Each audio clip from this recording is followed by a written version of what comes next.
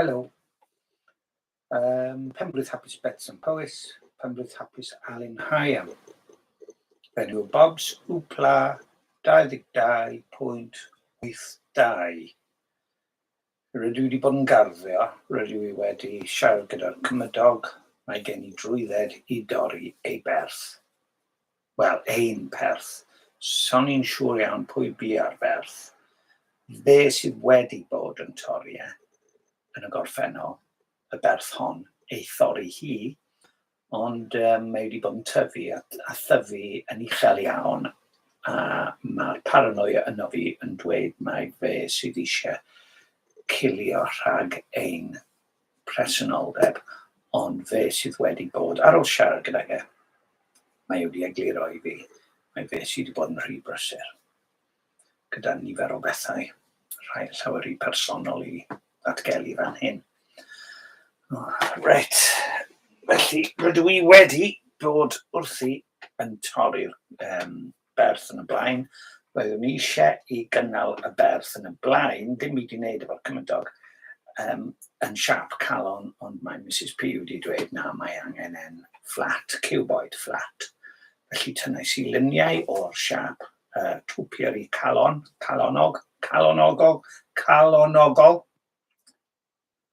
a penderfynais I gadw'r dyluniad yna yn ddigidol a thorri'r berth yn cuboid traddodiadol. Serch hynny, mae'r perth fy nhad a oedd yn pyramid pan o'n i'n fach ac yn mynd lan at fy mhengliniau, sy'n bellach yn dalach na fi. Bellach mae hwnna wedi troi'n debyg I glawr Yes, Roger Dean, gyda'r topiary afataraidd, y coed yma, ffantasiol bron iawn, sydd yn gwyro fel petai nhw'n cael eu chwythu yn y gwynt. Ond dyna'r ddelfryd a'r ffantasi mewn ffordd. Ond y realaeth yw bod yn edrych yn wyneb I weired neu yn fel megis ffracsiwn dros, dwi'n methu cofio'r terminoleg ar gyfer ffracsiwn top heavy. Be fydde top heavy? Sylwadau os gwelwch yn dda. Top heavy yn Gymraeg. Top heavy yn Gymraeg. Felly, maddeuwch dillad sgeiniog a cwplesu, mae lawr grisiau mewn ffordd, ond dwi wedi cael cyfle I gofnodi fy nghân newydd, sef rhywbeth am fy nghwiff. Llorio fy nghwiff. Drodd yn disgyblaeth buddiol. A wedyn, dwi wedi gwneud rhestr o'r agor o ganeuon, ond beth dwi eisiau gwneud nawr yw siarad efo chi, gobeithio bod chi'n fy nghlywed I. Rhaid fi wirio bod chi'n fy nghlywed I. Roswch yn wyliad. Ydych chi'n fy nghlywed? Ydych chi yn fy nghlywed? Mae Mrs P allan. Ydych chi yn fy nghlywed? Gobeithio. Gwych. Felly, mae Mrs P allan am ychydig, felly rydw I wedi manteisio ar y tywelwch ar rhyddid cymharol I ddyfalbarhau gyda hwn. Sonio ni am hwn yn ddoe, sef IVP, New Bible Dictionary. So, dwi'n awyddus iawn nawr I gadw at fy ngair a dweud am creation. So, we shall continue. Le mae'r Beiblau? Ydyn nhw ar y silff? Mae rhywbeth ofnadw'n dweud wrth fi bod y Beibl Saesneg wedi crwydro. Falle bod e ddim, ond falle bod e wedi.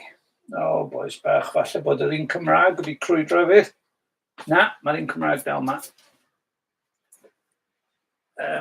Nawr te, lle mae'r un Saesneg? Dyle fod un Saesneg arall yma rhywle. O, dir. Wel, Mae'n dangos bydd e'n uniaith Gymraeg heddi, heblaw am y darllen. Bydd yr ysgrythur yn Gymraeg. O na, dyma fe. Dyma'r un Saesneg, King James Version, ddaw yn ôl yma. Good. So, ar ôl bore llewyrchus, gadewch i ni hefyd oedi. Ac agosau. Felly, the words by thy will they existed and were created, Revelations 4:11. By thy will they existed and were created, Revelations 4:11. Created through him and for him, Colossians 1:16, indicate the purpose and goal of creation. Felly mae yna bwrpas a mae yna diben neu nod. Indicate the purpose and goal of creation. Sef datguddiad 4:11. Gadewch ni gael hwnna yn Gymraeg. Datguddiad 4:11. Mae e'n dweud hwn. Griff Meredith, os ti'n gwrando. 4:11. Teilwng wyt ti ein harglwydd am Duw i dderbyn y gogoniant a'r anrhydedd a'r gallu oherwydd tydi a greodd bob peth a thrwy dy ewyllus y deuddant i fod ac y creuwyd hwy. Teilwng wyt ti ein harglwydd am Duw i dderbyn y gogoniant a'r anrhydedd a'r gallu oherwydd tydi a greodd bob peth a thrwy dy ewyllus y deithant i fod ac y creuwyd hwy.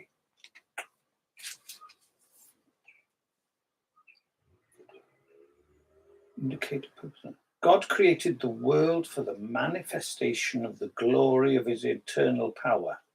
God created the world for the manifestation of the glory of his eternal power, wisdom and goodness. Gogoniant, anrhydedd a gallu.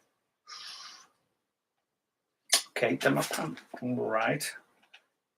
Yeah. Os pwynt troi'r Saesneg fyna i weld os oes geiriau gwahanol, gael ni weld. Rhaid gofyn, mae beth yma bach yn ddiddorol. Na ni yw. Mae'r geiriau yn gallu cael eu newid yn eitha camau. Oedd King James yn voicest. Thou art worthy, O Lord, to receive glory and honor and power.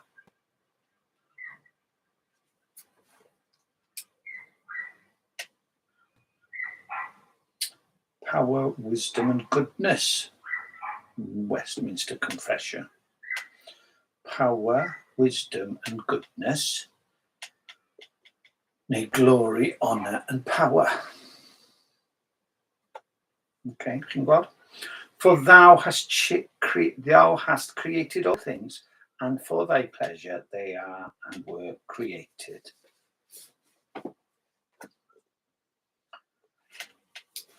Right.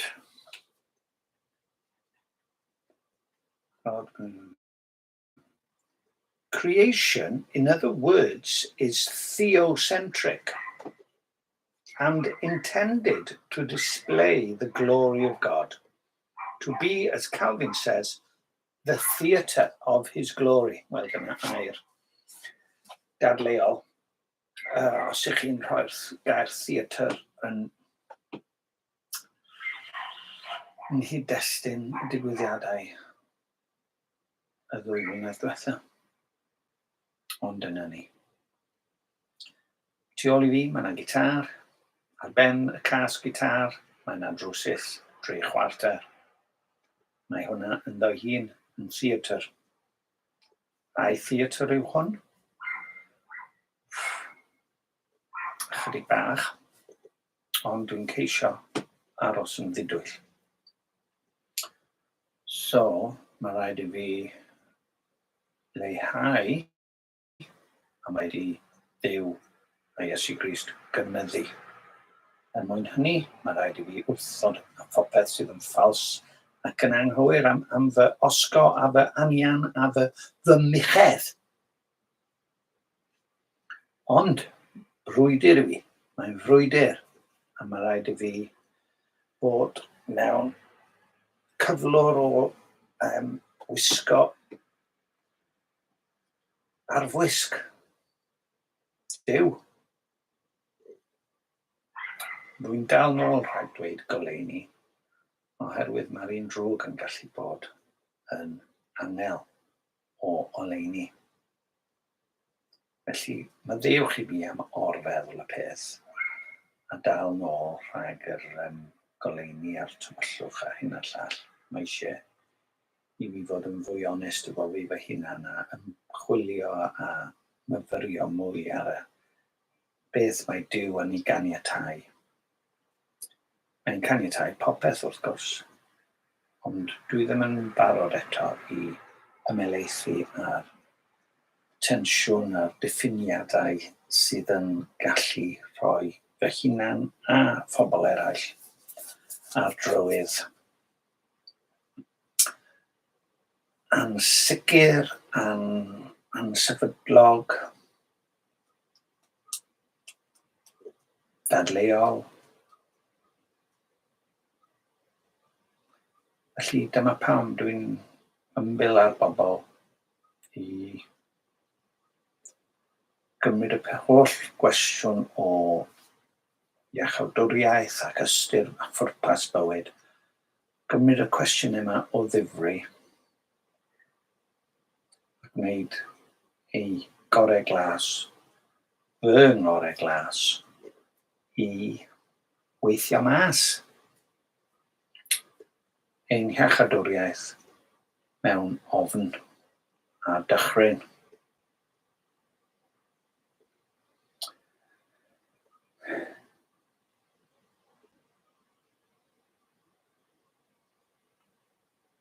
A mae'n frwydyr, mae'r frwydyr yna. Unwaith ydych chi'n meddwl chi'n oreit, ydych chi'n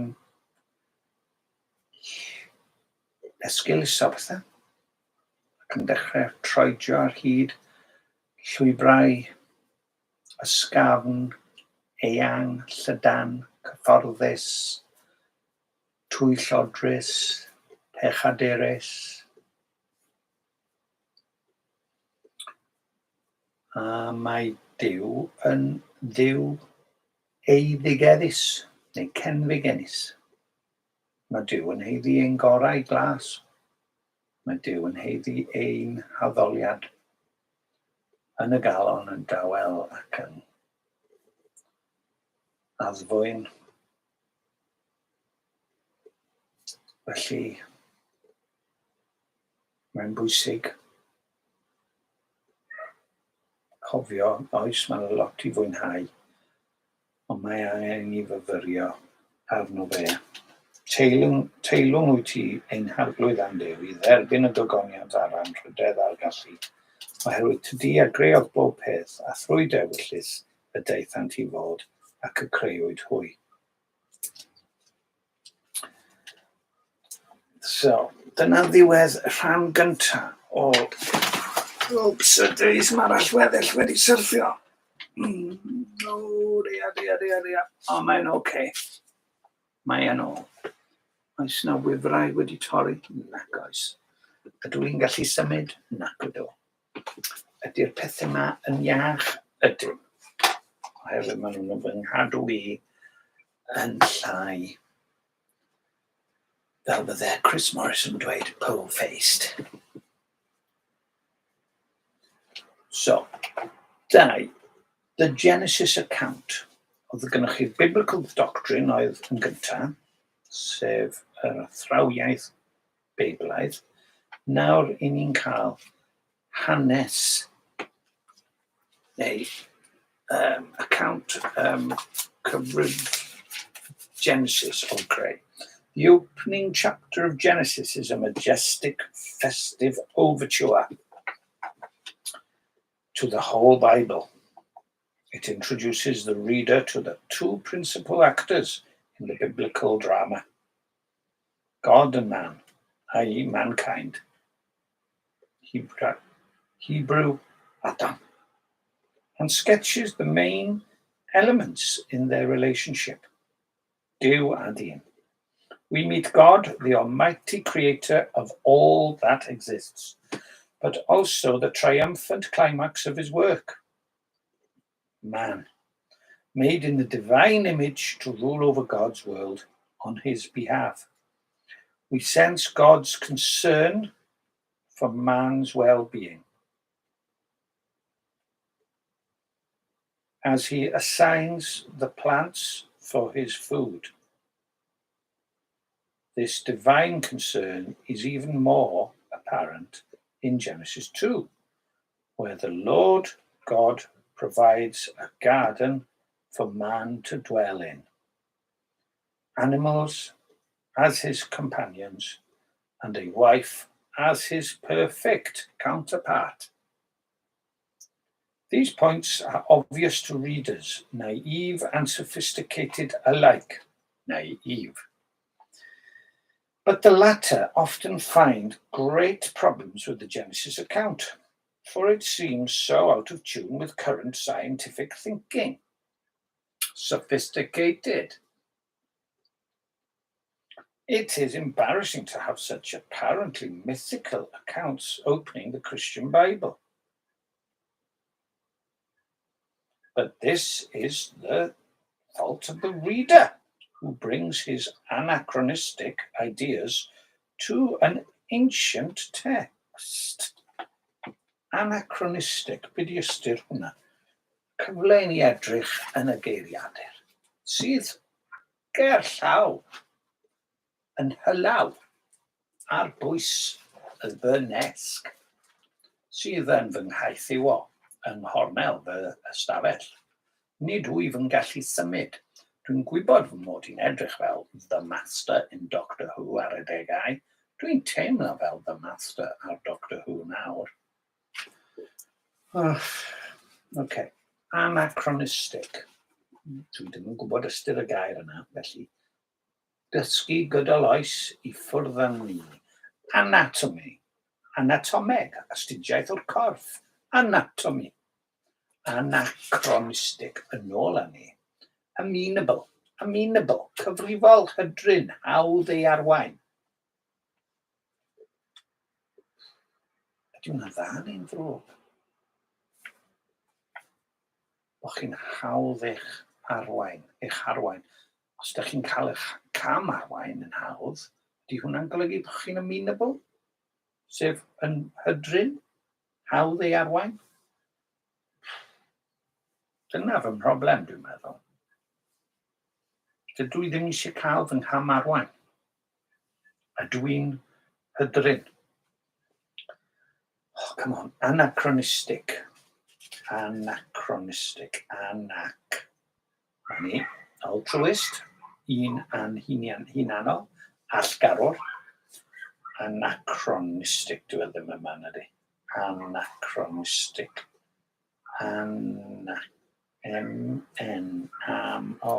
Anachronistic. Anachronistic, come on. Oh, na, di o ddim yn... Ydy, mae yma! Cam amserol.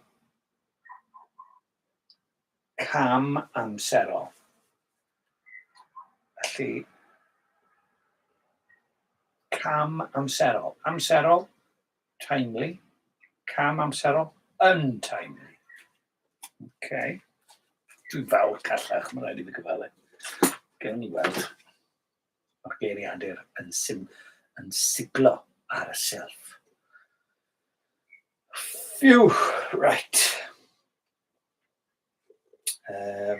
Ymddeheiriadau os ydych chi'n deall beth oedd anachronistic, doeddwn i ddim. But this is the fault of the reader who brings his anachronistic ideas, cam amserol, to an ancient text. I'r testyn hynafol. If the text is allowed to address the ideas and concerns of the age, it was written for, some 3,000 years ago, it will be found to be a most revolutionary document, challenging some of the fond assumptions of its age, and yet continuing to speak powerfully to all interested in fathoming the mystery of life. To appreciate the uniqueness and originality of Genesis, its account of creation must be compared with other ancient accounts of about the same era, from Babylon, Egypt, and Canaan. We shall, therefore, begin by summarizing some of the main ancient Near Eastern beliefs about creation to illuminate the background to Genesis.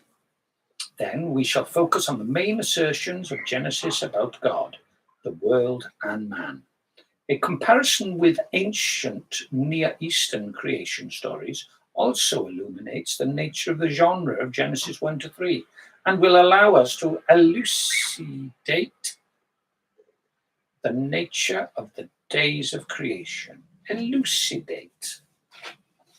Don't know what that means. So ni'n manteisio nawr ar ehangu ein geirfa, Saesneg a Chymraeg. Elucidate. Elucidate. Hippodrome, grips, elucidate, festival, execute, ethereal, epigraph, ar ysgrifen ar golofn, elucidate, endorse, torri enw ar gefn siec, marcio cymeradwyo.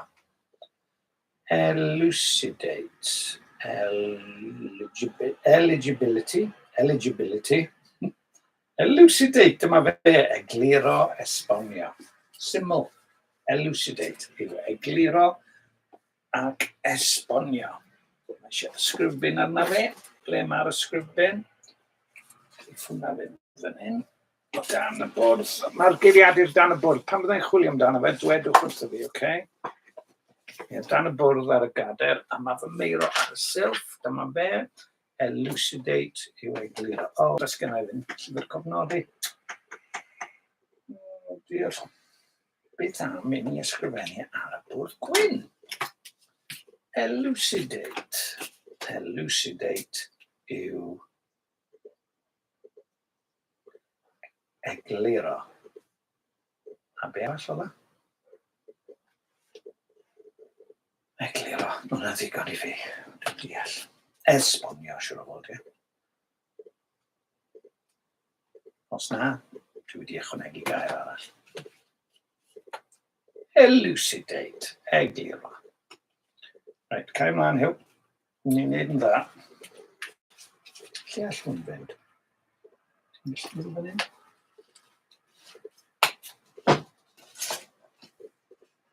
Ydy hwnnw'n gallu sefyll yma? Na, ydy. Ydy. Gwych. Yes. Ti'n nhw'n clyn?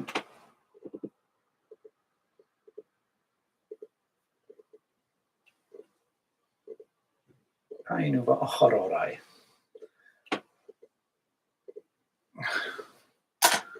Right. Da ni wedi cyrraedd.